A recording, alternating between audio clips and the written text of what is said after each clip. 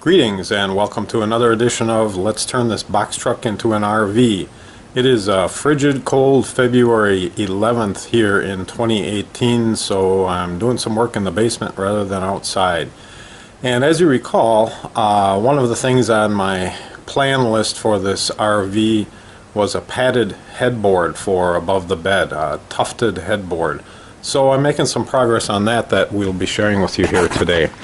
You can see I've got my red vinyl, and you can see I've started to put the buttons in, and so far so good. Where I do have them in, I think this is looking pretty good. I'll get this pulled out. I think this is going to look pretty good.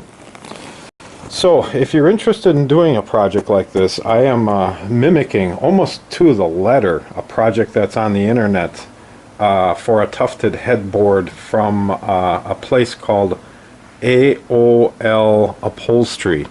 So if you do a Google search, a YouTube search for ALO Upholstery tufted headboard, you'll find this guy that makes a headboard that is almost exactly like I'm trying to make here. I've never done this before, never done anything like this before, but I'm giving it a try, you know. So I've got the vinyl here. I also glued on this I'm not sure what they call it, this kind of a padding mesh stuff, and I drilled holes for each of these tufts, and underneath this whole thing is some chipboard, particle board. If you can get up under here and see it before I tip the whole thing off the table. It's got 2-inch foam, and then there's a 1-inch by 1-inch piece of foam that's also glued on here. So all in all, this is coming together, and the buttons go down in those holes. So I had to lay this all out first and figure out where all those holes are going to go. And you can see up here I got a little whiteboard. Got this for a Christmas present and started to use it. So I figured out where all the holes need to go, what the measurements are. The measurements again are almost identical to this ALO Upholstery video that I found on the internet. And then I picked up a little pneumatic staple gun, and I'm stapling the buttons in place. As you can see, these aren't done yet. Some of them are done, some of them aren't done. Making the buttons is a royal pain in the ass, and I've got 94 buttons to make, and for every one I make I pretty much screw one up. You can see I've got some buttons that I did manage to make successfully here. Each one I give a good pull test to make sure they don't fall apart on me. Last thing I want is for the button to fall apart after this whole thing is installed.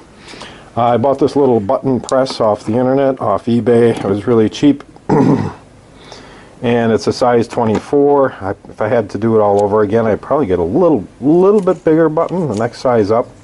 So the buttons come with a cap and a base. And then you got to cut out the fabric. You can see I've got a bunch of them cut out here. And you drop the fabric in there, you push this down in there, you put the bottom in here, flip this all over, squeeze it all together, and 50-50 chance that you're going to get a decent button that comes out. What I found is that usually the first time I put it through, it fails. These are all duds. And the first time through, the fabric gets kind of crunched up and mangled. And then the second time through, it usually works, which means I burn up 2 of these for every successful button I make. Sometimes they come out first time, sometimes they come out third time.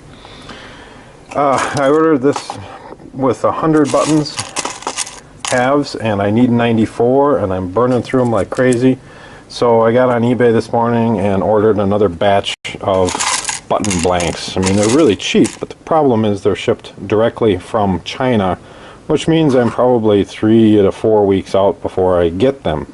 So I'm going to go as far as I can with what I've got, but this project's probably going to get about halfway done and sit for a little while, which is okay. The whole box truck RV conversion project has been kind of I don't want to say on hold lately, but I haven't made a lot of progress because I've pushed a few other projects through the basement here. These are the countertops. They're just about in the same state that we left them at.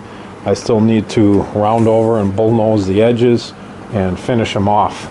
So definitely have some work to do, But I just wanted to bring you up to date on the tufted headboard project. So, until next time, thanks for sharing.